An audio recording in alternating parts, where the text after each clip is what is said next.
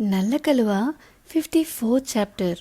హో, పూజనా అని అనుకొని పూజైనా కానీ దీనితో కలిసి చేయాలా అని విసుక్కొని ఇప్పుడు ఇవన్నీ అవసరమా తాతయ్య అని విసుగ్గా అంటాడు వేద్బాబు.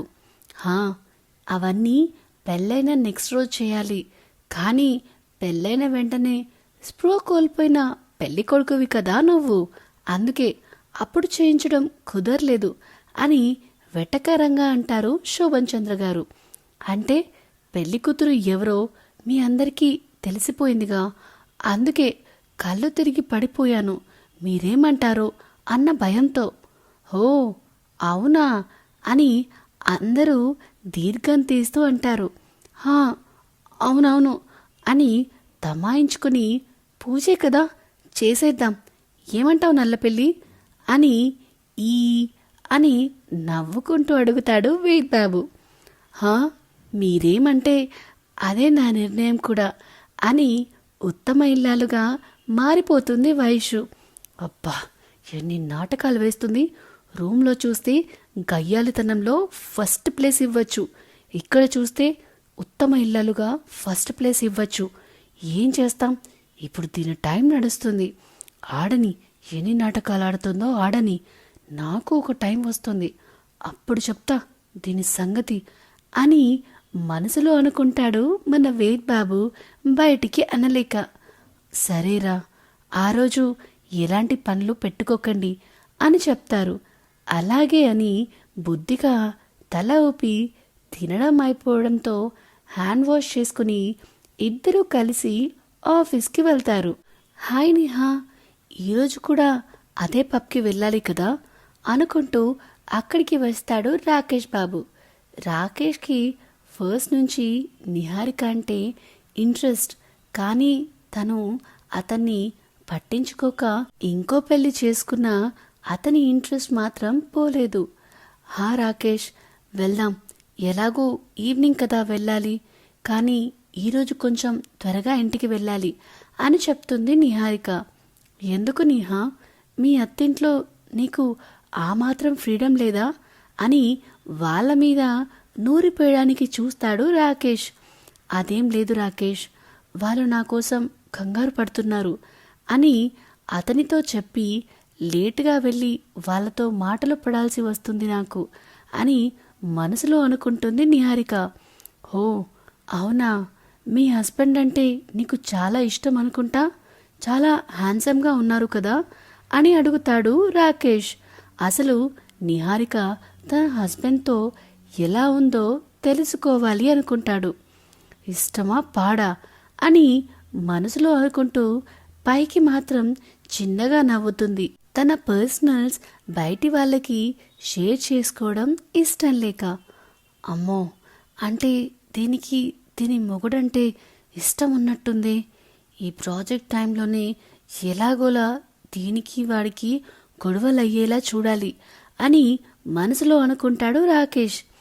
ఇంకా ఇక్కడే ఉన్నావే, వెళ్ళి పని చూడు అనగానే ఓకే అని తన వైపు కోరికతో చూస్తూ అక్కడి నుంచి వెళ్ళిపోతాడు రాకేష్. స్నేహానికన్నా మిన్న లోకాన లేదురా అని అనుకుని నిన్ను నా బెస్ట్ ఫ్రెండ్ అని ఫీల్ అయితే నువ్వేం చేశావు బ్రో, నాకు స్నేహద్రోహం చేసి నా చెయ్యి విరగ్గొట్టావు అని ఏడుపు మొహం పెట్టి చెప్తాడు నూతన్ బాబు. అరే, నువ్వింకా ఓ 4 రోజులు ఆఫీస్కి రాకుండా రెస్ట్ తీసుకుంటూ ఉంటే ఈ కంపెనీ దివాలా తీసేదా ఏంట్రా అని వెటకారంగా అంటాడు వేద్బాబు. ఓ నో, 4 రోజులు నా స్వప్న సుందరిని చూడకుండా ఉండాలా, నా వల్ల కాదు బ్రో అంటాడు నూతన్. స్వప్న సుందరా, అదెవరు అని అడుగుతాడు వేద్బాబు అర్థం కాక. ఏంటి బ్రో, నీకు తెలియదా నా స్వప్న సుందరి ఎవరో? అదే మన వైషు మేడం అని అనగానే అబ్బా, గుండెల్లో గుణపం దిగిన ఫీలింగ్ మన వేద్బాబుకి. ఏమైంది బ్రో, హార్ట్అటాక్ కానీ వచ్చిందా, గుండెను అలా పట్టుకున్నావు అని కంగారుగా అడుగుతాడు నూతన్ బాబు. నువ్వు మాట్లాడే మాటలకి నిజంగానే హార్ట్అటాక్ వచ్చేలా ఉందిరా అని అంటాడు వేద్బాబు. ఏంటి బ్రో, నేను నా స్వప్న సుందరి గురించి మాట్లాడుతూ ఉంటే మీకెందుకు హార్ట్ అటాక్ వస్తుంది బ్రో? నిజం చెప్పు, నువ్వు కూడా నా స్వప్న సుందరికి లైన్ వేస్తున్నావు కదా అని కొంచెం సీరియస్గా అడుగుతాడు నూతన్ బాబు. అరే ముందు నువ్వు ఆ స్వప్న సుందరి డైలాగ్ వదిలేరా, వినలేకపోతున్నా అని విసుగ్గాని, నేను దానికి లైన్ వేయడం నెవర్ అంటాడు వేద్ బాబు.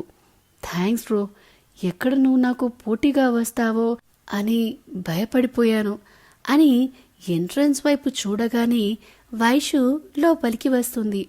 వైషుని చూడగానే నూతన్ కళ్ళు మెరిసిపోతే వాడి కళ్ళల్లో మెరుపుకి మన బాబు కళ్ళల్లో మంటలు పుడతాయి. వైషు నేరుగా నూతన్ దగ్గరికి వచ్చి, మీ చెయ్యి ఎలా ఉంది నూతన్ అని నార్మల్గా అడుగుతుంది. ఆ మాత్రానికి గాల్లో తేలిపోతాడు మన నూతన్ బాబు. మిస్టర్, మిమ్మల్ని ఎలా ఉంది ఇప్పుడు అని ఇంకోసారి అడిగేసరికి కొంచెం బెటర్ మేడం అని చెప్తాడు నూతన్ బాబు పల్లికిలిస్తూ. ఓకే, ఈరోజు నువ్వు జస్ట్ క్లాస్ విను, సిస్టమ్ వర్క్ చేయకు, మీ ఫ్రెండ్ చేస్తుంటే చూడు సరిపోతుంది అని చెప్పి క్లాస్ స్టార్ట్ చేయడానికి వెళ్తుంది. థ్యాంక్ యూ బ్రో, చాలా థ్యాంక్ యూ. నీ ఇంటెన్షన్ అర్థం కాక నేను చాలా తప్పుగా అనుకున్నా అని వేద్ వైపు తిరిగి సంతోషంగా అంటాడు. అసలే వైషు వచ్చి వీడిని పలికరించడం, వీడు గాల్లో తేలడం వల్ల చిరాగ్గా ఉన్న మన వేద్ బాబు ఇప్పుడు వీడు నాకు థ్యాంక్స్ ఎందుకు చెప్తున్నాడు అని అర్థం కాక జుట్టు పీక్కోవాలి అనిపించి నూతన్ వైపు అయోమయంగా చూస్తాడు. ఏంటి బ్రో అలా చూస్తున్నావు? నాకు నీ ప్లాన్ అర్థమైందిలే. ఇలా నువ్వు నాకు గాయం చేస్తే మేడం నా మీద సింపతితో నాతో మాటలు స్టార్ట్ చేస్తుంది. తర్వాత మాటలు కోటలు దాటి కంచెలు దాటి ప్రేమలో మునిగిపోవాలనే కదా నీ ఉద్దేశం? నన్ను మేడంని ఒకటి చేయాలి అనుకున్న నీ మంచి ఉద్దేశాన్ని అర్థం చేసుకోలేక నిన్ను స్నేహద్రోహి అనుకున్నందుకు నన్ను క్షమించు బ్రో అని ఎమోషనల్ సీన్ పండిస్తాడు నూతన్ బాబు. బిక్క మొహం వేసుకోవడం మన వేద్ బాబు వంతు. సో ఇదేనండి నల్ల కలువ చాప్టర్ 54. ఎలా అనిపిస్తుంది ఈ స్టోరీ మీ అందరికీ? ఒకవేళ ఈ వీడియో కనుక మీకు నచ్చినట్టయితే please like, share and comment చేయండి. అలానే ఇలాంటి కొత్త కొత్త అప్డేట్స్ మరియు కొత్త కొత్త స్టోరీస్ కోసం మన channel the novel whisperer with Vinyani subscribe చేసుకోవడం మాత్రం అసలు మరవకండి. Thank you, bye.